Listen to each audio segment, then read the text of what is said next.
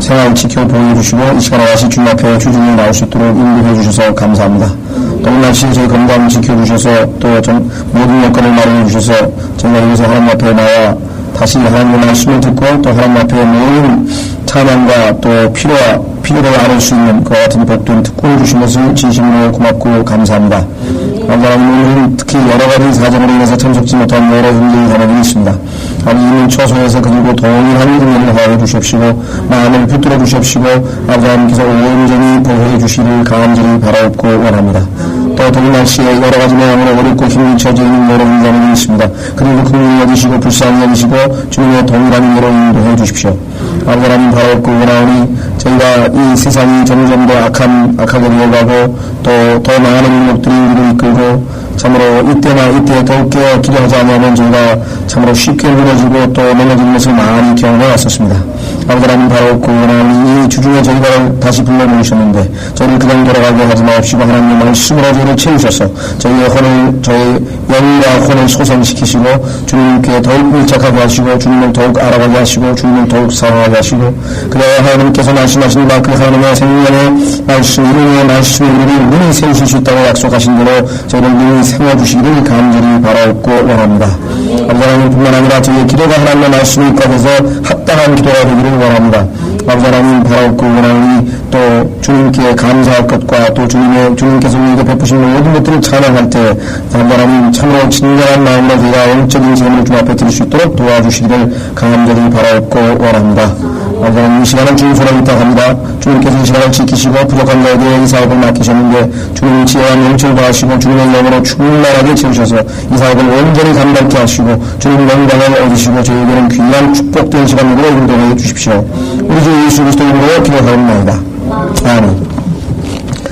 이 시간에는 우리 이사야서 66장 19절부터 오늘 이사야서 66장 해서 다 이사야서를 마치고 다음 주부터는 시편 미리 말씀드린 대로 42편서부터 우리가 1권 시편은 5권 들어있는데 1권까지는 저희가 성경 공부를 했었고요. 시편 42편서부터 제2권서부터 다음 주부터 공부하도록 하겠습니다. 오늘 이사야서 66장 지난 시간에 이어서 18절과 19절 대환란 때 이스라엘의 모습이고 20절서부터는 천년왕국 때의 모습입니다. 지난 시간에 18절에 내가 그들의 행위와 생각을 하므로 때가 되면 내가 모든 민족들과 방언들을 모으리니 그래서 우리는 이 여러 구절들을 찾아봤었죠. 하나님께서 유엔을 비롯한 전 세계의 정치적으로 통합되는 것을 우리가 유엔이라고 그러고 또 경제적인 통합이 세계 무역기구라고 그러죠. WTO로 체제화라는 것이 있고 또 문화적으로 하나 되는 것은 유네스코라는 것이 있고 그 이외에도 전 세계가 지금 모든 것에서 다 이렇게 하나가 됩니다. 모으는데 그것이 인간들이 보기에는 인간들이 하나가 돼서 힘을 합치는 그러한 계기인 것으로 착각하지만 바벨탑 창세기 11장 사건에도 마찬가지고 이번에도 역시 하나님께서는 심판을 위해서 그래서 지난번에 다 가라지들을 모아서 주님께서 태워버리시겠다라고 하는 말씀까지 드렸습니다. 자, 그래서 그러면 그들이 와서 나의 영광을 보리라. 이방인들이 이제 오게 되는데요. 반대로 이방인들이 주님을 찾아오기 전에 19절 보시면 유대인들 중에 일부를 하나님께서 이방인들에게 복음을 증거하도록 보내실 것이다 라고 하는 것을 보여주는 구절이 있습니다. 19절 내가 그들 가운데 표적을 세울 것이요. 자, 그들 가운데 표적을 세운다면 이 표적이 뭔지는 잘 모르겠습니다. 어떤 표적일지는 이게 미래적인 예언이기 때문에 나중에 확인을 진짜 사건이 일어났을 때 확인이 되고 지금으로서는 확인이 안 됩니다. 어떤 표적을 세우실 것인지. 다만 하나님께서 어떤 표적을 세우시는데 자, 그들 가운데서 도피한 자들 그들의 앞에 나와 있는 민족들과 방언들 아닙니까? 18절에 민족들과 방언들이 바로 그들이니까 즉 이방인들로부터 도피해온 유대인들을 얘기하는 거겠죠. 그들 가운데서 도피한 자들을 자 이방 민족으로부터 도피해온 이스라엘 민족들이 있을 텐데 그들을 누구에게 보내느냐 민족들에게 보낸다 했어요. 즉 활을 당기는 타시스와 풀과 룻과 투발과 야완과 이런 나라들이 이름입니다. 옛날 나라들이 이름인데요. 나의 명성을 듣지도 못하고 유명한 니느웨라고 하는 성이죠. 니느웨라고 하는 그 요나가 가서 복음을 전했던 그 성읍이 바로 대표적인 케이스인데요. 즉 이방 땅입니다. 나의 영성을 듣지도 못하고 나의 영광을 보지도 못하였던 멀리 떨어진 섬들에게 뭐 영국도 있겠고요. 또 뭐 아일랜드도 있겠고 섬들 나라가 많이 있습니다. 보내리니 그러면 그들이 나의 영광을 이방인들 가운데 선포하리라. 그들은 물론 아까 말씀드렸던 첫째 줄에 그들 가운데 도피한 자들 유대인들입니다. 다시 말하면 유대인들 가운데 복음 전도자들을 하나님께서 이방 민족들 가운데에 보내실 것이라고 하는 것을 여기에 보여주고 있습니다. 자, 타시스라고 하는 나라는 스페인이라고 이미 역사적으로 나와 있고요. 타시스, 스페인이라고 하는 오늘날의 지중해 맨 끝에 나라고요. 풀과 룻은 아프리카 북쪽에 있는 나라인 것 같습니다. 정확한 지명은 모르지만요. 그 다음에 투바는 러시아를 얘기합니다. 야와는 그리스라고 하는 나라입니다. 자, 그러면 섬들은 뭐 아까 영국에 있던 여러 섬나라들이 많이 있습니다. 자, 이와 같이 이방 여러 국가들에 이제 주님께서 유대인들을 보내실 것이다 라고 하는 사실이죠. 자, 이것이 다시 말하면 대환란 때라고 하는 것을 알 수 있는 것은 천년 왕국일 때는 까꾸로 됩니다. 이방인들이 유대민족들에게 하나님의 말씀을 배우기 위해서 몰려들죠. 이사야서 2장에서 우리가 공부했듯이 이제 이스라엘이 회복이 돼가지고 전 세계의 중심 국가로 떠오르게 되면은 전 세계에서 이 율법을 배우기 위해서 제사장 국가인 이스라엘로 몰려든다고 우리가 이사야서 2장에서 공부한 바가 있었습니다. 또 히브리서 8장의 경우에 보면은 복음을 전파할 필요가 없다 그랬어요. 왜냐하면 그때 가면은 예수님께서 예루살렘 성에서 직접 다스리고 누구든지 다 볼 수 있기 때문에 보이지 않는 것을 믿는 것이지 보는 것을 믿는 것이 아니죠. 따라서 그때 가면은 천년왕국에 가면은 복음을 전파할 필요가 없다 그랬고, 만약에 누가 복음을 전파하거나 예언을 하면은 그 사람은 돌로 쳐서 죽임을 당한다. 다시 말하면 거짓 선지자이기 때문에 돌로 쳐서 죽임을 당한다 이렇게 되어 있습니다. 그러니까 지금 이사야서 66장 19장에 나와 있는 이 내용은 유대인들이 이방인들에게 복음을 전파하는 내용은 천년왕국이 될 수는 없다. 왜냐하면 천년왕국에는 복음을 전할 필요가 없다고 성경에 여러 곳에 나와 있기 때문에 그렇죠. 한번 확인해 보겠습니다. 히브리서 8장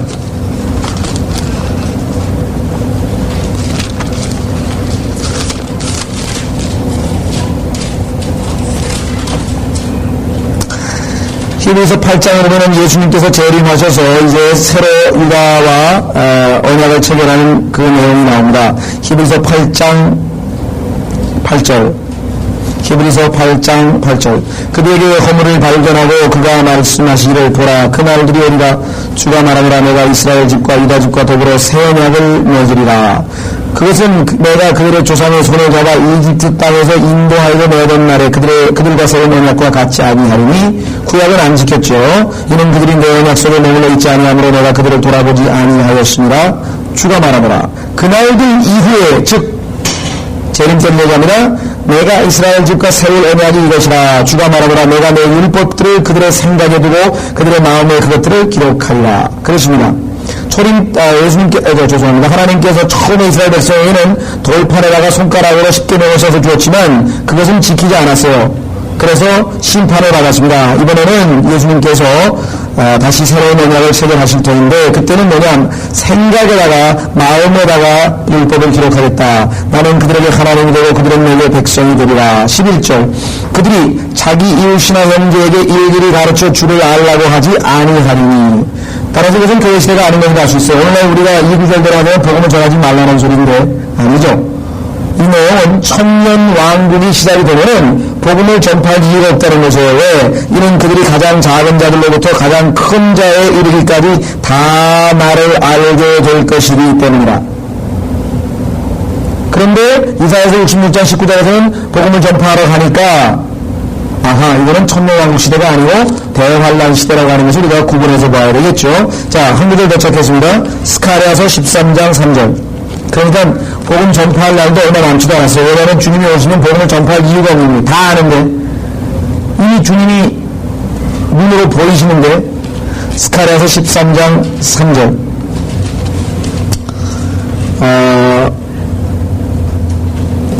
2절서부터 보겠습니다. 스가랴서 13장 2절서부터 보시면은요 만군의 주가 말하노라. 그날에 내가 그 땅에서 우상들의 이름들을 끊으리니 그리하면 그들이 더 이상 기억되지 아니하리라. 내가 또한 선지자들과 더러운 영을 그 땅에서 떠나게 하리라. 마지막 주님이 오셔서 이방인족 아말렉된 전쟁에서의 심판입니다. 어떤 자가 예언하게 되면 그를 낳은 그의 아비와 그의 어미가 그에게 말하기를 너는 살지 못하니 이는 내가 주의 이름으로 거짓말을 하리라 할 것이며 그를 낳은 그의 아비와 그의 어미는 그가 예언할 때 그를 찌르리라. 그날의 선지자들은 자기가 예언했을 때 각자 자기의 환상을 부끄러워 여길 것이며 또한 그들은 속이기 위한 토록도 입지 아니할 것이라. 왜냐하면 아까 말씀드린 것처럼 이미 주님을 다 알고 있기 때문에 주님에 대해서 전파하거나 알릴 필요가 없다는 얘기입니다. 정리한 얘기입니다. 자, 그래서 우리는 이사야서 66장 19절에 유대인들이 복음을 전파하러 가는데 이것은 구약에서도 신약에서도 한 번씩 예표가 있습니다. 무슨 얘기냐? 왜 아시다시피 사도행전 9장에서 그 하나님 주님으로부터 부르심을 받았던 누굽니까? 바울. 그 바울은 이방인들의 유대인인데 불구하고 이방인들에게 복음을 전파하도록 부르심을 받은 사람이죠. 그 환란 때에 그런 사람들이 있을 것을 보여주는 거란 말이죠. 사도행전 9장에 보시겠습니다. 사도행전 9장에 보면 유명한 바울이 하나님께서 왜 그를 부르셨는가를 보여주는 구절이 있습니다. 사도행전 9장 15절. 사도행전 9장 15절에 보시면 그러나 주께서 그에게 말씀하시기를 내 길을 가라. 이는 그가 이방인들과 왕들과 또 이스라엘 자손들 앞에서 내 이름을 증거하기 위하여 내가 선택한 그릇이니라. 이방인들과 그렇죠? 이방인들과. 자, 그 다음에 여러분 잘 아시는 요나서를 보십시오. 구약에는 요나라고 하는 사람이 이방인들에게 보내심을 받아서 복음을 전파했습니다. 유대인인데도 불구하고 이방인들에게 가서 복음을 전파한 사람이 요나라고 하는 사람이 있었습니다. 그래서 신약에서 바울, 구약에서 요나 이 두 사람이 환란 때에 이스라엘 사람 아마 14만 4천 명이겠죠? 이스라엘 12지파에 14만 4천 명이 인을 맞았으니까 그들은 어디 가도 죽을 수가 없습니다. 하나님께서 여기다 이마에다가 인을 찍어놨기 때문에 천사가 해칠 수 없다고 했거든요. 그렇기 때문에 전 세계에 흩어져서 주님 마지막 때 이방인들에게 복음을 전파할 터인데, 자, 요나서 3장. 요나 3장 주의 말씀이 요나에게 두 번째 말에 말씀하시기를 일어나 저 큰 성은 니느웨로 가서, 이 성읍이라고 하는 성이군요. 저와 주님의 영광은, 주님의 그 명성을 알지 못하는 이방민족입니다. 니느웨로 가서 내가 내게 명하여 전파하라고 한 것을 그 성에도 전파하라 하시니, 요나가 일어나 주의 말씀에 따라 니느웨로 가니라. 그때 니느웨는 3일길이라 되는 진이 큰 성읍이었더라.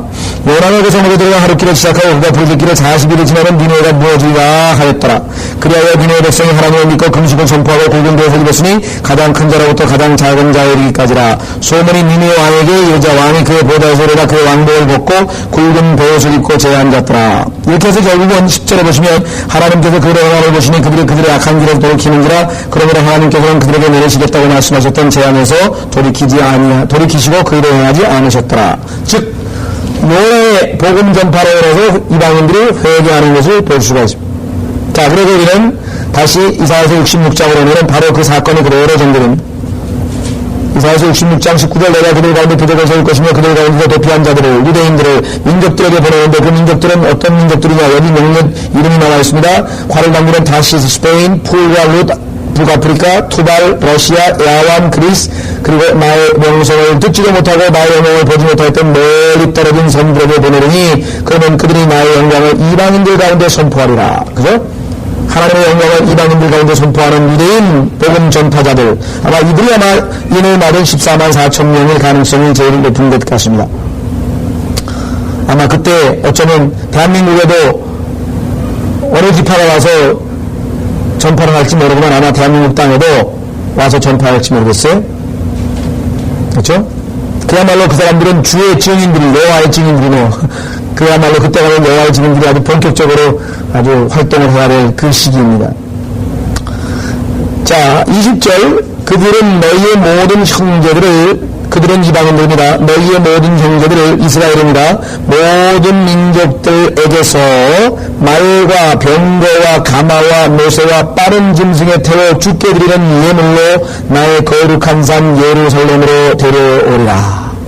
그러니까 그 유대인들을 하나님께 예물을 바치는 것처럼 예루살렘으로 다 데리고 온다. 이방 민족들이 주가 말하노라 이것은 이스라엘 자손의 예물을 정결한 그릇에 담아 주의 전으로 가져오는 것 같으리라.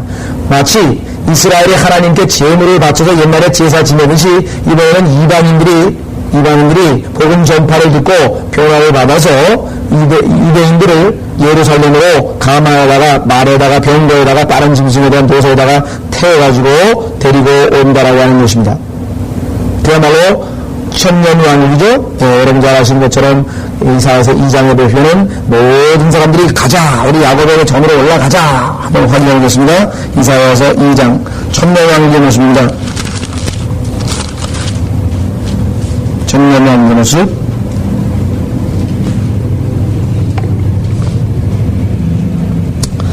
이사야서 2장 2절 마지막 날들의 주의 전의 산이 산들의 정상에 세워질 것이요. 어떻게 세워진다 그랬습니까? 지진이 나서 세워진다 그랬죠? 지금은 시온산이 제일 높은 산은 아니지만 그때가 되면은 지진이 나서 주의 전의 산이 산들의 정상에 세워질 것이요. 작은 산들 위에 높아지리니 모든 민족들이 그것으로 몰려들 것이라. 예루살렘은 마치 초림 때 예수 그리스도께서 초림하셨을 때 전 지중해 지역에 살던 수많은 이교도들이 그 중에서 유대교로 개종한 사람들이 있었죠. 에티오피아 메이스도 있었고 백부장 코레오도 있었고 이런 사람들뿐만 아니라 오순절날 수많은 그 유대 백성과 그다음에 유대교로 개종한 이방인들이 몰려들어서 예루살렘에서 하나님께 명절을 지켰잖아요. 그렇죠. 마찬가지로 예수 그리스도께서 재림하신 장막절을 기념하기 위해서 온 지상에서 사방에서 다 몰려들게 됩니다. 3절 많은 백성의 가로 말하여 너희는 오라 우리가 주의 산에 야곱의 하나님의 전에 올라가자. 어떻게 이방인들이 야곱의 하나님의 전에 올라가자고 합니다. 그리하면 그가 그의 길을 우리에게 가르치실 것이며 우리는 그의 길에서 행하리니. 이제 이방인들이 하나님의 길을 행하겠다는 겁니다. 이는 율법이 시온에서 나오며 주의 말씀은 예루살렘에서부터 나올 것이니라 하리라. 그래서 결국은 예루살렘의 회복, 이스라엘의 회복, 결국 하나님께서 약속하신 대로 이스라엘은 예수님께서 직접 다스리시는 지상의 최고 중심지가 될 것이라고 하는 사실입니다. 자, 그래서 여기 보시면 20절에 주가 말하노라 이것은 이스라엘 자손의 예물을 정결한 그릇에 담아 주의 전으로 가져오는 것 같으리라. 하나님의 기명이라고 하죠. 성전에는 여러가지 하나님 앞에 바치는 제물을 바칠 때 쓰이는 여러가지 그릇들과 여러가지 종류의 그릇 기구들이 있었는데 그것들은 다 기름과 피를 뿌려서 거룩하게 했었습니다. 아무데나 함부로 사용하는 게 아니죠. 여러분 잘 아시는 느부갓네살이 아니라 벨샤살이라고 하는 왕이 하나님의 성전에서 빼앗아온 기명에다 술을 담아가지고 왕들하고 먹다가 벽에 글자가 튀어나오면서 멸망당한 사건이 있었습니다. 하나님의 거룩한 것을 속되게 것이죠. 그죠? 또 하나님의 거룩한 성전을 기도하는 집을 갖다가 장사치에 그 도둑의 소굴로 만들었다고 해서 예수님께서 그들을 구중하고 다 동전파는 자들을 다 내쫓은 그러한 사건들이 성경에 있었습니다. 자, 예수 그리스도 하나님을 위해서 사용되는 모든 것들은 다 거룩한데 이날 되면은 모든 예물들이 정결한 그릇에다가 주의 전으로 가져오는 것 같으리라. 뿐만 아니라 하여간 이 지상에 존재하는 모든 것이 다 거룩해요. 왜냐하면 다 주님을 예수 그리스도를 섬기는 데 사용될 것이기 때문에 그렇습니다. 심지어는 스가랴서 14장 20절에 보시면 성경 맨 끝에 스가랴서 14장 20절 거기에 보면 말들의 방울들 위에도 주께 거룩함이라고 써붙여있어요. 오죽하면은 말에다가 짤랑짤랑 붙인 그 말들의 방울들에도 주께 거룩함 이렇게 붙여있어요. 그러니까 예수 그리스도께서 다스리는 이 지상에서는 모든 것이 다 거룩한 겁니다. 과거에 하나님께서 이스라엘 백성에게 거룩한 것들을 구분하라고 했을 때 여러분 아시다시피 기름과 피를 뿌려서 성막, 성전, 안에 있는 기명, 그릇 이런 것들이 다 거룩하게 됐었죠. 뿐만 아니라 하나님께서 거룩하게 구별한 그 제사장이 있었는데 그것이 레위인이었습니다. 그래서 대제사장인 아론이 머리 위에다가 쓴 그 관이 있는데요. 그 관에 보면은 주께 거룩함 이렇게 써붙여 있었죠. 주께 거룩함. 그런데 이제는 주께 거룩한 게 레위인만이 아니고 제사장 그룹만이 아니고 유태인만이 아니고 모든 지상에 주님께서 직접 통치하시는 그 천년왕국은 모든 것이 다 거룩한 거예요. 속된 게 하나도 없어요. 심지어는 말방울, 여기 보시면 그날들에는 말들의 방울들 위에 주께 거룩함이 있을 것이요 주의 집에 있는 솥들도 제단 앞에 있는 대접들과 같게 되리라. 고기 삶는 솥도 다 거룩하고요. 21절 정령 예루살렘과 유다에 있는 모든 솥이 마음으로 주께 거룩하게 될 것이요. 그러니까 지상에 있는 모든 물건들이 다 주님을 영화롭게 하는데 사용될 것이기 때문에 그야말로 온 천지가 다 거룩하게 되는 겁니다. 그렇죠? 여러분들 예수 그리스도께서 오시기 전에는 이와 같은 일이 언제 있었습니까? 모세가 그 가시덤불 앞에 있을 때 뭐라 했어요? 하나님께서 나타나셔가지고 주의 천사가 나타나셔서 내가 있는 것은 거룩한 곳이니 신발을 벗으라. 내가 있는 것은 거룩한 곳이니 신발을 벗으라. 여호수아를 보면은 여호수아가 군대 대장을 만났을 때 그 군대 대장이 또 다시 똑같이 얘기하기로 내가 서 있는 것은 거룩한 곳이니 신발을 벗으라. 주님이 계신 곳 거룩한 곳이죠. 그래서 거기는 거룩한 곳이니 신발을 벗으라. 그 풍습이 우리 동양에까지 온 겁니다. 그래서 우리나라에서는 집이 거룩한 곳이에요. 그래서 신발 벗고 들어가는 거예요. 그러니까 신발 벗고 들어가는 그 풍습, 동양에서 나온 풍습은 성경에서 나온 풍습이면 다른 데하고 달리 집은, 가정은 거룩한, 특별히 구분되고 다른 사람은 안 되죠. 우리 집 사정은 우리 집만 알고 우리 집 식구만 알고 그래서 거룩한 곳이라는 의미에서 특별히 우리끼리만 구분된, 세상으로부터 구분된 공간과 장소라는 의미에서 신발을 벗고 들어가는 풍습이 성경에서 나온 것입니다. 그런데 예수 그리스도께서 셋째 하늘의 보좌에 앉아 계시다가 지상에 내려오셔서 예루살렘의 보좌에 직접 영광의 보좌에 앉으셨으니까 이 지구가 뭐예요? 거룩한 것이죠. 왜? 예수님이 발을 밟은 거 아니에요? 그래서 보시면 이사야서 66장에 모든 것이 거룩하게 될 것을 보여주고 있습니다. 21절 주가 말하노라 나는 또한 그들 가운데 택하여 제사장들과 레위인들을 삼으리라. 아주 중요한 구절이 나와있군요. 무슨 말씀이냐? 예수님께서 예루살렘에 오셔서 통치하시는 그때에는 구약에서 나오는 모든 유대인들의 제사와 명절이 다시 다 실시될 것이라고 하는 사실입니다. 오늘날 많은 거의 대부분의 그리스도인들이 그 유대인들의 제사나 유대인들의 명절을 전부 교회 시대에다 갖다 붙여놨습니다. 근데 교회 시대에 이 주님이 오셔서 구약의 명절과 구약의 모든 것들이 다 성취됐기 때문에 더 이상 이제 제사를 지내는 거라든가 명절을 지키는 일은 없을 것이다. 이렇게도 보통 가르칩니다. 그러나 교회 시대에는 당연히 그걸 지킬 필요가 없습니다. 왜? 율법은 저주를 가져오고 성경에 보니까 그 율법의 저주를 예수 그리스도께서 우리 죄인들을 대신해서 십자가에서 받으셨거든요. 그렇기 때문에 구약에 있는 율법은 은혜 아래에 있는 그리스도인들에게는 해당이 안 된다는. 그렇죠. 그래서 골로새서 2장에 보면은 그러한 문제 가지고 시시비비를 가지지 말라고 바울이 경고를 했습니다. 무슨 날은 지켜야 되고 우리 같은 경우에는 일주일 시작하는 첫째 날 예수님께서 첫째 날 부활했기 때문에 우리가 소위 말하면 일요일이라고 하는 첫째 날 모여서 경배를 하고 하지만 그것을 꼭 윤리적으로 지켜야 되는 거냐? 아니다 이거는. 무슨 특정한 날, 예를 들면 토요일 날 안식을 지키는 여기 옆집 안식교회도 있고요. 그 다음에 무슨 크리스마스, 부활절, 사순절, 오순절, 그 다음에 무슨 절, 불임절, 별걸 다 지키지만 그하고는 아무 상관이 없는 게 그리스도인이라고 골로새서 2장에서 바울은 이야기했습니다. 자, 골로새서 2장 보십시오.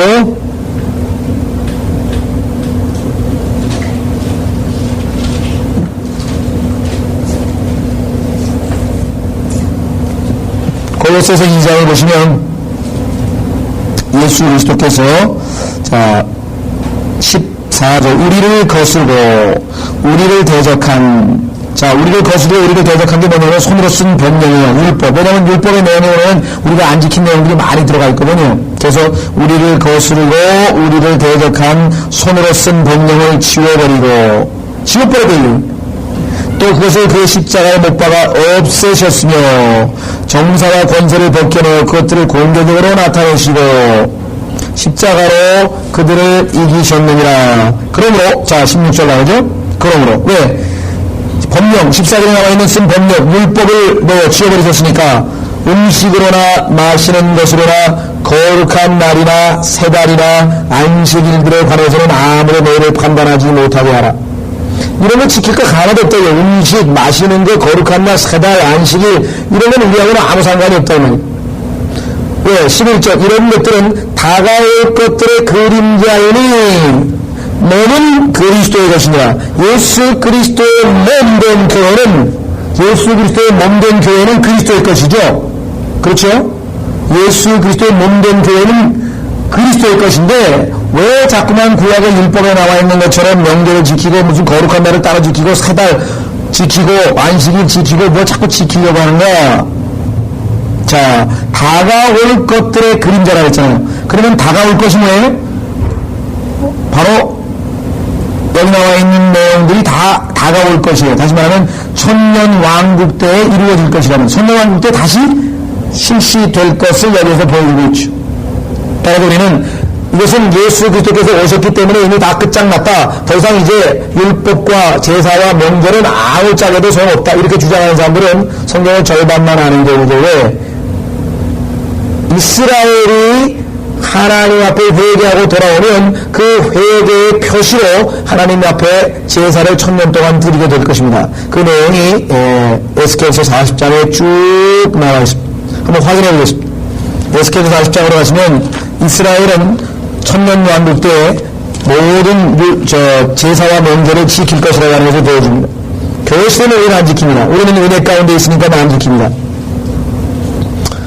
우리는 베드로전서에서 얘기한 것처럼 우리는 하나님께 영적인 제물, 찬양의 제물, 우리의 입술의 제물, 감사의 제물, 그것을 영적 제물이라고 했어요. 베드로전서 2장 5절에서 영적 제물을 드리는 거지 소를 잡아가지고 양을 잡아가지고 염소를 잡아가지고 하나님 앞에 구약처럼 진짜 제물을 갖다 바치는 그러한 희생제를 지내는 게 아니죠.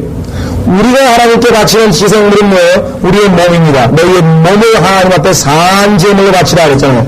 우리의 몸을 하나님께 바치는 것이고, 그 다음에 우리의 입술의 제물, 그 다음에 우리의 물질, 또 우리의 찬양의 제물이라고 성경에 나와 있죠. 11서 13장에.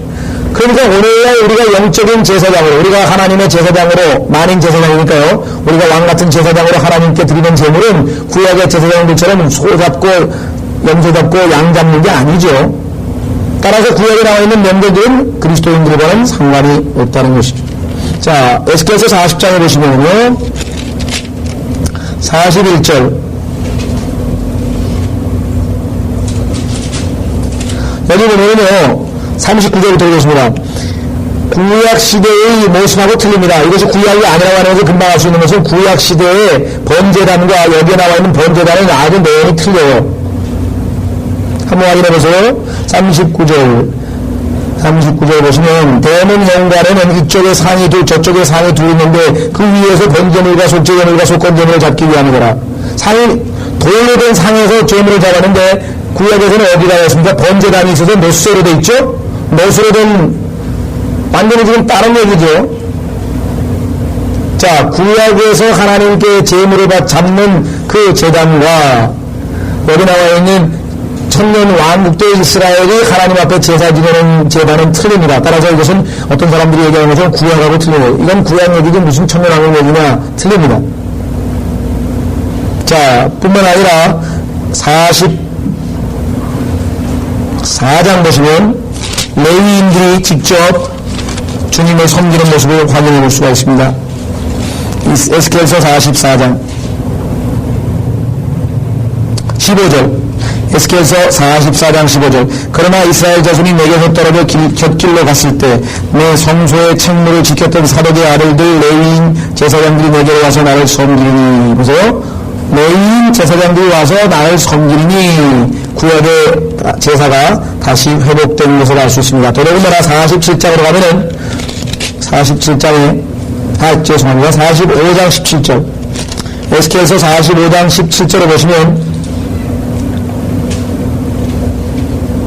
45장 17절 여기 천년왕국 때 아까 골로새서 2장에서 바울이 언급했던 그러한 명절들이 지켜지는 걸 보게 됩니다. 또 명절들과 세달들과 안식일들과 이스라엘 집의 모든 정한 절기에 보세요. 교회입니까? 교회 아니고 이스라엘 집의 모든 절기, 번제물과 음식제물과 수 붓는 제물을 드리는 것은 통치자의 몫이 될지니라. 그는 이스라엘 집을 위한 화해를 이루기 위하여. 자, 예수님께서 우리의 속죄제물이 되시고 예수 그리스도께서 우리를 위한 화목제물이 되시고 예수님께서 제물로 십자가에 바쳐진 것은 누구와? 죄인과 하나님 사이를 화목시키기 위해서 바쳐진 제물이죠. 근데 이때 드리는 것은 그거하고는 완전히 틀린 얘기예요. 이스라엘 집에 위한 화해를 이루기 위하여 속죄제물과 음식제물과 번제물과 화목제물을 드리게 할지니라. 따라서 이것은 천년왕국 때의 이스라엘의 풍습, 이스라엘의 습관에 대한 이야기지 구약시대가 아니고 교회시대를 영적으로 적용해서도 안 됩니다. 천년왕국 때에는 다시 주 하나님이 말씀하노라 동쪽을 바라보는 안쪽들의 대문은 일하는 6일 동안은 닫아둘 것이나 안식일에는 열어두고 또 세 달의 날에도 열어둘지니라. 안식일과 세 달의 명절을 지키는 모습을 확인해 볼 수가 있습니다. 그러나 우리는 골로새서 2장에서 교회 시대에는 다가올 것들, 다가올 게 언제예요? 천년왕국. 다가올 것의 그림자가 그랬잖아요. 다가올 것들의 그림자. 자, 그래서 예수 그리스도께서 우리를 대신하여 십자가에 죽으셔서 제물이 되셨기 때문에 죄인과 하나님 사이의 화목은 예수님께서 제물이 된 것이고 여기는 지금 이스라엘의 화해를 위한 것이라고 분명히 기록되어 있습니다. 그래서 구약은 새롭게 다시 명절과 모든 제사들이 지켜질 것을 성경에서 보여주고 있습니다. 자, 이사야서 66장 21절. 이사야서 66장 21절. 주가 말하오라 나는 또한 그들 가운데 택하여 제사장들과 레위인들을 삼으리라. 여기 나왔잖아요. 제사장들과 레위인들을 삼으리라. 그렇습니다.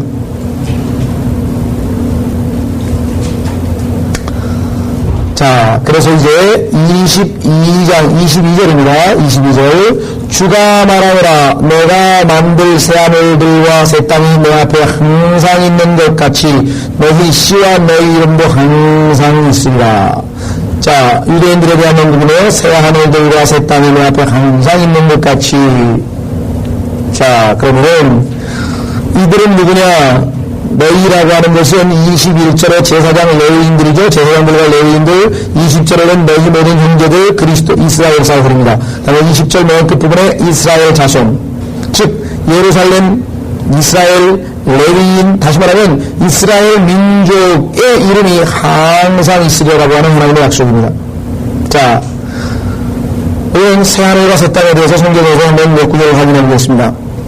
이제 주님께서 마지막 이 지상에 있는 천년왕국이 끝나도 여전히 땅은 더럽죠? 왜? 창세기 3장에서 저주했던 그 저주가 있고, 또 아시다시피 천년왕국 동안에도 죄를 지어서 지옥불에 던져지는 죄인들이 있죠.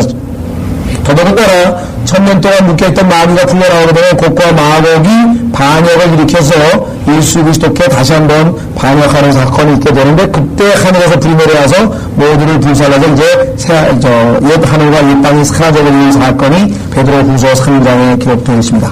그러니까 천년 왕국이 끝나는 무렵에 이 옛 세상은 불타 없어진다라고 성경에 기록되어 있습니다. 한번 확인해 보겠습니다. 베드로후서 3장.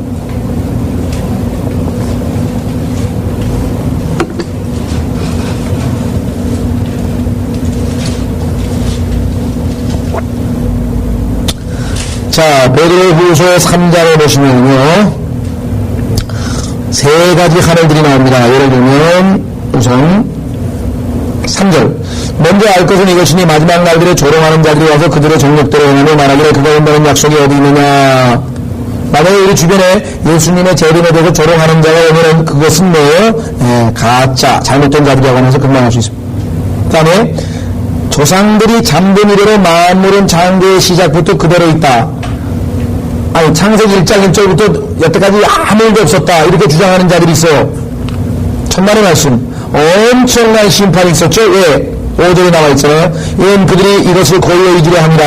하나님의 말씀에 의해 하늘들이 예적부터 있었다는 것과 땅도 물에서 나왔고 물 안에 있었다는 것이니, 창세기 1장 1절, 창세기 1장 2절, 물 안에 있었다는 것이니, 이로써 이전에 있던 세상은 물이 범람해서 멸망하였느니라. 창세기 1장 2절.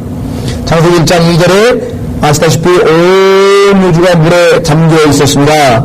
그래서 그것을 옛 땅, 옛 하늘이죠. 옛 땅, 옛 하늘.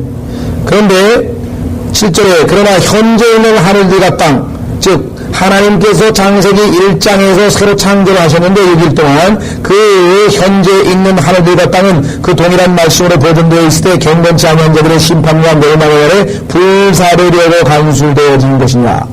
그러니까 성경에는 하늘과 땅, 창세기 1장 1절에 있던 하늘과 땅, 그것을 옛 하늘과 옛 땅, 그 다음에 지금 우리가 살고 있는 하늘과 땅, 현재 있는 하늘과 땅, 그 다음에 이것이 불태고 예수님께서 새로 창조하신 하늘과 땅, 새 하늘과 새 땅, 이렇게 되어 있습니다. 그래서 노아의 홍수 때는요 40일간 홍수가 있다가 물이 빠져버린 것 뿐이지 지구가 완전히 멸망한 게 아니에요. 오해하시면 안 됩니다.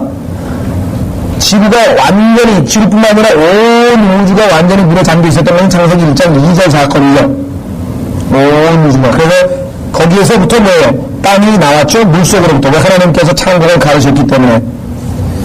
자, 그래서 옛 하늘과 옛 땅, 현재 하늘과 현재 땅, 그 다음에 마지막으로 미래의 하늘과 미래 땅, 이렇게 해서 성경에 보면 베드로 후서에 세 종류의 하늘과 땅, 옛 하늘, 옛 땅, 현재 하늘, 현재 땅, 새 하늘, 새 땅, 이렇게 나와 있습니다. 자, 그래서 8절 사랑하는 자들아 주께는 천년이 하루가 천년 없고 천년이 하루 같은 이 한 가지를 잊지 말라. 주의 약속은 어떤 사람들이 더디다고 생각하는 것 같이 더딘 것이 아니라 오직 우리에 대하여 오래 참으시어 아무도 멸망하지 않고 다 회개에 이르게 하려 하시냐. 그러나 주의 날이 밤에 도둑같이 오르니 그날에는 어떻게 된다고요? 하늘들이 굉장한 소리를 내며 사라지고 우주의 구성 요소들이 맹렬한 불로 녹아내리며 땅과 그 안에 있는 일들이 타버릴 것이라. 그때 이 모든 것이 녹아지리니 너희가 모든 거룩한 행실과 경건에 있어 어떠한 사람들이 되어야겠느냐. 하나님의 날이 오기를 고대하고 열망하라. 그때는 하늘들이 불에 타서 녹아버리고 우주의 구성 요소들도 맹렬한 불에 녹아질 것이나. 13절 우리는 그 약속대로 의가 거하는 새 하늘과 새 땅을 기다리는도다. 새 하늘과 새 땅에는 의만 거합니다. 왜? 죄인들은 다 죽어 없어버렸어요. 마지막으로 반역했던 곡과 마옥도 다 불타버렸어요. 마귀도 이제 불못으로 던져버렸어요. 그러니까 온 우주에 새 하늘과 새 땅과 하나 더 있죠. 공중에 떠있는 새 예루살렘. 새 하늘과 새 땅과 새 예루살렘에 모두가 다 의로운 자만, 의로우신 하나님의 의로운 백성만 거하게 되는. 그래서 여기만 뭐라고 하냐면 의가 거하는 새 하늘과 새 땅, 의가 거하는 새 하늘과 새 땅. 자, 그러면 계시록 21장에 보면 하나가 더 있어요. 새 예루살렘. 새 하늘, 새 땅, 새 예루살렘. 그러니까 새 시대는 없습니다. 뉴에이지는 없어요, 성경에. 뉴에이지는 만들어낸 이유고 새 하늘, 새 땅, 새 예루살렘. 아주 중요한 세 가지 구분입니다. 왜 그렇습니까? 성경에서 하나님께서는 이 새 하늘과 새 땅과 새 예루살렘을 세 부류의 사람들에게 나누어 주기 위해서 준비시켜 놓으신 것입니다. 고린도전서 우선 여기를 보겠습니다. 계시록 21장. 또 내가 새 하늘과 새 땅을 보니 처음 하늘과 처음 땅은 사라지고 바다도 더 이상 있지 아니하더라. 나 요한은 거룩한 도성 새 예루살렘이 하나님께로부터 하늘에 내려오는 것을 보았는데, 새 하늘, 새 땅, 새 예루살렘. 여기가 우리의 고향이에요. 여기가 우리의 본향이고 여기에서 살 거예요. 위에 있다고. 땅을 쳐다보면 아래를 자꾸 땅에 있는 것에 연연하지 말라는 얘기는 다 불탈 건데, 그렇죠? 고급 아파트도 불타고 그랜저도 불타고 컴퓨터도 불타고 고급 양복도 불타고 좋은 시계도 불타고 다 하나도 안 남고 다 불타버린 거예요. 그럼 뭐 거기다가 연연하냐고 거지. 그렇잖아요? 아주 실제적인 얘기입니다. 이게 다 불타 없어질 건데 그때까지 잠시 빌려 쓰고 말 건데 뭐 그 악착같이 붙들고. 성경에는 주님께서 가까우시느니라 하면서 뭐라고 보면 너희의 절제를 사람들에게 보이라. 절제. 그 얘기 뭐냐면 지나치게 많이 먹고 지나치게 덜 먹고 지나치게 많이 자고 지나치게 덜 자고 지나치게 돈을 많이 벌고 지나치게 적게 벌고 그러지 말라요. 왜? 적당하게 필요한 만큼만 있으면 돼요. 주로 오시면 다 불타버리면 그냥 끝이 깨끗이 없어질 거니까.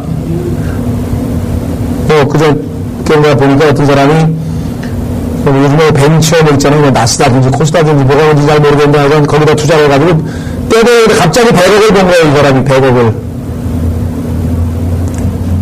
그래가지고 행복하게 되냐? 행복하게 된 게 아니고 신문 아예 기사가 났어요. 얼마나 부러워야 그런 건가. 100억을 벌었는데 사람들이 그 구구들에게 왜 직장 다니냐 해서 자기가 직장을 좀 때려쳤어요. 그 다음에 집이 왜 이렇게 조그마냐 그래가지고 10억짜리를 집을 옮겼어요.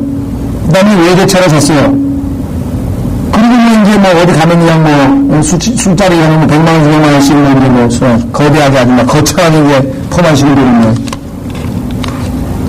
그러다가 남편과 아내도 서로 자주자주 외출하는데 서로 의심하는데 이제 남자는 여자가 발음 났다고 하고 여자는 남자가 발음 났다고 해. 맨날 나가서 톤을 뽑고 쓰고니까 이게 뭐가 좀 이상한 거 아니냐 그래가지고 서로 의심을 해요. 그러다가 동생하고 무슨 처남하고 뭐 이런 사람들이 와가지고 사업자원 1억원씩 뭐 2억원씩 꿔달라고 더 달라고 지금 계속 와서 쫑알쫑알 되는데 이 사람이 지금 정신과 치료를 받고 있으면서 그 자기가 지금 고민을 털어놓는 거예요. 나는 전보다 훨씬 불안해졌다. 100억 번 다음에 훨씬 불안해졌다. 훨씬 불안해지는 거예요. 여러분들 100억을 가지고 하나님이 기뻐하시게 잘 관리해서 하나님께서 맞게 쓸 수 있으면 하나님께서 100억 아니라 1000억도 주시겠지만 관리를 못하는 사람은 그 집에 어떻게 돼? 이 사람처럼 된다고요. 10억짜리 집 사고 자동차 사고 뭐하고 하니 다 망쳐버리는 거예요. 성경에 보니까 뭐예요? 일하지 않으면 어떻게 됩니까? 땀이 안 나고 땀이 안 나면 어떻게 돼요? 병든다고요. 그 사람은 하나님 앞에 노동을 통해가지고 건강을 유지하도록 하나님께서 인간을 그렇게 만들어 놓으셨는데 안 하니까 아무것도 안 하니까 얼마나 할 일이 없어요. 또 지루하고 그러니까 맨뭐 즐길 것만 차이 아니고 그것도 한두 개에서 저 아무리 맛있는 뭐 LA 불갈비 아니라 무슨 뭐 이동 갈비를 아무리 먹으면 뭐예요. 또 먹고 또 먹고 또 먹고 나중에 지겨워서 맛없잖아요. 그것도 쾌락이라는 게 바로 그런 거거든요. 인간의 육체는 아무리 해도 만족도 안 하고 아무리 해도 안 돼요. 소금무가 같아. 소금무 먹으면 어떻게 계속 갈증 나는 것처럼. 그게 성경의 전도서에서 인생을 가장 현명하게 살았다고 하는 조나라는 가장 지혜가 뛰어났다고 하는 그 전도자의 고백이 그거 아닙니까? 뭐라고 얘기했냐면요. 전도자의 고백이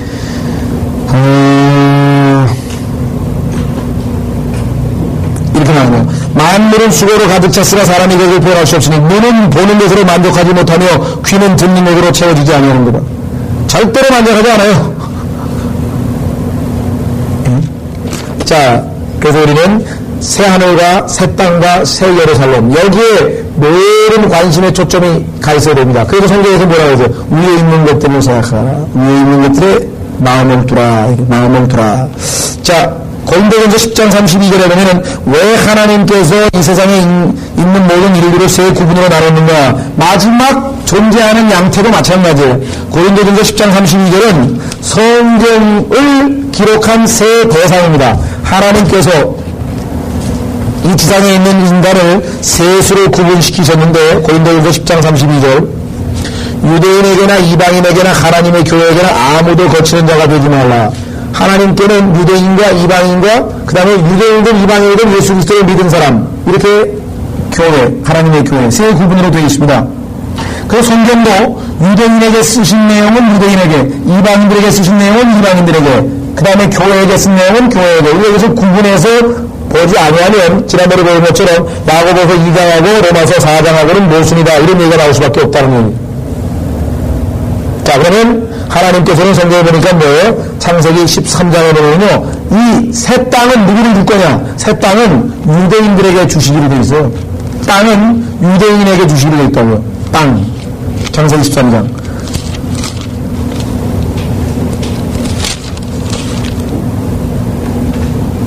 창세기 13장에 보시면요. 14절. 창세기 13장 14절.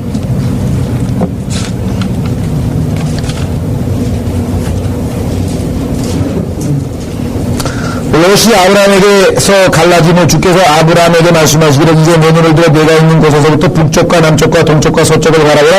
이는 내가 보는 모든 땅을 내가 내게 줄 것이며 내 시에게 유대인이고 내 시에게 영원히 주고 내가 내 시를 땅에 티끌 같게 하리니 땅의 티끌 유대인들은 새 땅에 거합니다. 유대인들은 새 땅에 사람이 땅에 티끌을 셀 수 있다면 내 시도 셀 수 있으리라. 그렇죠? 자, 근데요, 여러분들, 22장으로 가시면 창세기, 거기에 가면은요, 뭐라고 되어 있냐면, 하늘의 별들이 나옵니다. 하늘의 별.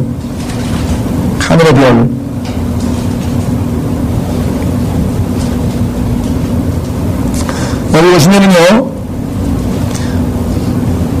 복으로 내가 내게 복을 주고 번성으로 내가 너의 씨를 하늘의 별들처럼 또 바닷가의 모래처럼 번성케 하리니 네 씨와 그의 원수들을 문을 차지하리라. 네 씨 안에서 땅의 모든 민족들이 복을 받으리니 이는 네가 나의 음성에 복종하였습니다 하더라. 여기 나오죠? 예, 샘이 나오고요. 그 다음에 바닷가의 모래, 그렇죠?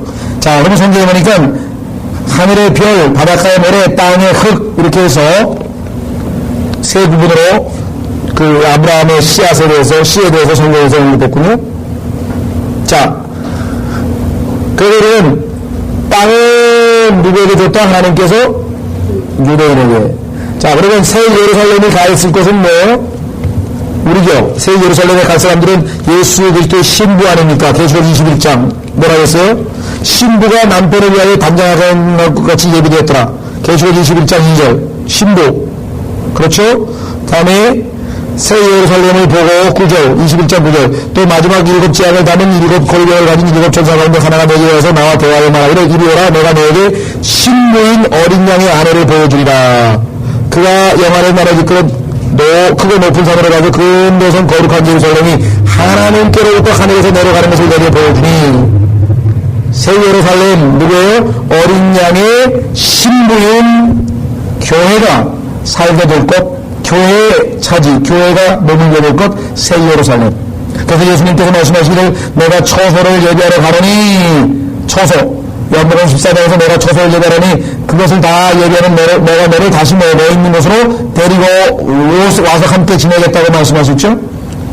그래서 어린 양이신 예수 그리스도께서 계시는 곳, 그래서 새 예루살렘에는 뭐가 필요 없어요? 성전이. 왜?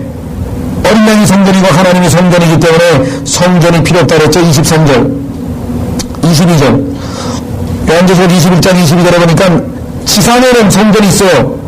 땅에는 예루살렘에 성전이 있잖아요. 그런데 새 예루살렘에 성전이 필요 없어요. 왜? 22절 내가 보니 성 안에는 성전이 없더라. 이는 전능하신 주 하나님과 그 어린 양이 그것의 성전입니다. 그 도성은 새 예루살렘입니다. 해나 달이 그 안에서 빛이 필요가 없으니 이는 하나님의 영광이 그것을 비추고 어린 양이 그것의 빛이 됩니다. 그렇죠? 자, 그리하여 구원받은 자들의 민족들이 그 도성의 빛 가운데서 걷겠으며 땅의 왕들이 그들의 영광과 존귀를 그곳으로 가져오리라. 그러면 이 땅의 왕들과 구원받은 여러 민족들, 이들은 어디에 있어요? 이들이 가게 될 것이 새 하늘입니다. 새 하늘. 그래서 이 땅은 지구죠. 지구는 유태인에게, 새 땅은 유태인에게 가고, 새 예루살렘은 예수 그리스도 몸된 교회에게 가고, 그 다음에 하늘에는 수없이 많은 별들, 거기에 이방인들이 거주하게 될 것입니다. 왜냐하면 이방인들은 끊임없이 계속해서 자녀들이 낳아요. 새 예루살렘은 인구가 늘어나지 않습니다. 그다음에 예루살렘의 경우에도 하나님께서 정하신 숫자가 있을 거예요. 아마 14만 4천 명을 기준으로 해서 인구가 차면은 더 이상 늘어나지 않아요. 근데 이방인들의 경우에는 성경에 보니까 무궁무진하게 들어가는 거예요. 생육하고 번성하라, 생육하고 번성하라, 생육하고 번성하라. 이것을 하나님께서 창조하셨을 때 하나님의 명령 아니에요. 그러니까 온 우주에 셀 수 없는 많은 별이 있는데 그 별들의 숫자도 계속 늘어나요. 왜냐하면 성경에 보니까 우주는 무한적으로 팽창하게 됐거든요. 이사야서 9장 6절에 우주에 끝이 없다고 했는데 그 끝은 시간적 개념뿐만 아니라 성경에 보면 영원하리라고 하는 시간적 개념이 있어요. 시간으로도 영원하지만 공간으로도 영원하거든요. 공간으로도 끝이 없다라고 이사야서 9장 6절에 기록되어 있습니다. 자, 그러면 여러분과 저는 무엇을 하게 되는가? 바로 자 보십시오. 자, 천문학은 끝났습니다. 새 땅이 생겼습니다. 새 하늘이 생겼습니다. 새 예루살렘이 생겼습니다. 새 예루살렘에 그리스도인들이 있습니다. 그 다음에 새 땅이 유대인들이 있습니다. 그런데 그 지산이 있던 이방인들을 누가 이주시킬 거예요? 지금 달나라 가가지고 뭐 허선에다가 무슨 정착촌을 만들고 뭐 이런 얘기를 지금 뭐 법관을 하고 있는데, 그거는 성경에 나와 있는 얘기인데, 이건 하나님이 하시는 일을 인간의 이야기는 아니에요. 그때 생에는 우리가 뭐가 된다고 했습니까? 수정되는 천사라고 했잖아요. 우리가 천사거든요. 천사로서 천사와 같은 모습이 될 거 아니에요. 우리가 영적으로 변화해서. 그렇게 되면은 지상에 있는 이방민족들을 온 우주에 있는 별들을 어떻게 이주시켜야 돼요. 이주. 그렇죠? 그 다음에 그들이 시내다가 예루살렘에 여기 나와 있는 것처럼 명절에 장막절 지키러 오는 것도 뭐예요? 누가 해야 되느냐? 여기는 화성의 대표가 누군지 모르는 그 사람 하나, 온 별에서 대표단이 쫙 와가지고 장막절날 경배하러 새 예루살렘에 올 텐데, 그 누가 그들을 데리고 오느냐? 그 천사들이 아니고, 천사들. 아마 영원에서는 무진무지하게 바뀔 거예요. 우주 별이 얼마나 많은데, 새 예루살렘에 있는 사람은 정해져 있거든요. 숫자가. 교회 시대에 구원받은 사람은 한정돼 있기 때문에 아무나 들어가는 데는 아니 걸려요. 일시 반응했다가 다 또 가고. 그러죠? 그래서 새 하늘과 새 땅과 새 예루살렘, 유대인과 이방인과 예수 그리스도의 몸이 된 교회, 이것이 차지하게 될 것입니다. 그래서 계시록 21장에 나와 있는 내용, 22장에 나와 있는 내용이 바로 어디에 나와 있습니까? 이사야서 66장. 그 성경에서 이사야서는 뭐라고 했어요? 성경을 정확하게 알고 있는 사람이 있었다. 왜? 성경의 마지막 책이 계시록인데 계시록에 나와 있는 내용과 이사야서 66장의 새 하늘과 새 땅에 나와 있는 내용이 똑같습니다. 그뿐 아니라 계시록의 마지막에 뭐가 나옵니까? 지옥이 나옵니다. 역시 여기서도 지옥이 나옵니다. 한번 보겠습니다. 24절이죠. 23절부터 보겠습니다. 주가 나오나 새 날부터 그 다음 세 달까지 또 안식일부터 그 다음 안식일까지 모든 육체가 내 앞에 경배하리이다. 지금 말씀드린 것처럼 모든 육체가 새 예루살렘에 계신 그 주님께 경배하러 올라와야 되는데 그것을 우리가 시중준다고 했었죠. 24절 그들이 나가서 나를 거역하여 범법했던 사람들의 시체들을 볼 것이라. 이는 그들의 벌레가 죽지 아니하며 그들의 불도 꺼지지 아니할 것이니 그들은 모든 육체에게 가증함이 되리라. 자, 여기 지옥에 대한 얘기가 나오는데 이 구절은 예수 그리스도께서 성경에서 여러 번 인용을 했습니다. 예수님께서 가장 많이 인용한, 한 번이 아니라 두 번, 세 번, 네 번, 다섯 번 가장 많이 인용한 성경들이 뭐냐? 지옥입니다. 그러니까 지옥에 대해서 이야기를 많이 하는 사람은 예수 그리스도를 많이 닮은 거예요. 지옥에 대해서 얘기를 안 하면 예수님을 안 닮은 얘기가 되버리는 거예요. 그러니까 오늘날에 지옥에 대해서 설교를 해야 되는 거예요. 지옥에 대해서 자꾸 얘기를 해. 왜? 지옥에는 안 가야 되니까. 경고를 해야 될 거 아니에요. 요즘에 왜 자꾸 뭐 흡연 얘기를 합니까? 흡연? 금연, 왜? 그거 피우면 암 걸려서 죽잖아요. 그죠? 요즘에 뭐 폐암에 거의 대부분 뭐 담배라고 하잖아요. 그건 자꾸 그 얘기 하잖아요. 하지 말라고. 어떤 사람은, 그렇다고 뭐 다 필 사람 다 피대. 그래도 해야 되잖아요. 마찬가지로 지역에 대해서 자꾸 얘기를 해. 뭐 지역에 대해서 콧방귀나 끼어하는 사람들이. 그래도 해야 돼, 그래도. 왜냐면 그 중에 어떤 사람은 들을 사람도 있거든요. 그래서 이 마지막 구절은 예수 그리스도께서 특히 마가복음에는 계속해서 3번이 연속적으로 인용된 구절입니다. 마가복음 9장 44절, 46절, 48절. 그런데 마귀가 44절과 46절은 지워버렸어요. 그래서 다른 성서들에 보면은 없음 이렇게 되어 있죠. 성경에 나와 있는 내용이 얼마나 귀중한 내용인데 그 중에서 어떻게 똑같은 얘기를 예수님께서 3번 강조했을까요? 마가복음 9장에서. 이게 보통 중요한 얘기가 아니죠. 예수님에게 가장 관심 있던 것이 아니었다면 뭐냐? 하나님의 형상대로 지음받아서 비록 타락했으나 그들이 지옥불에 던져지는 것. 그래서 베드로후서에서도 아무도 멸망치 아니하고 회개하는 것이 하나님의 뜻이라고 했잖아요. 그래서 결국은 이사야서 66장 그 마지막이 뭐로 끝납니까? 지옥불로 끝납니다. 지옥불로 끝나게 됩니다. 저는 이렇게 해서 이사야서 66장을 공부를 다 했습니다.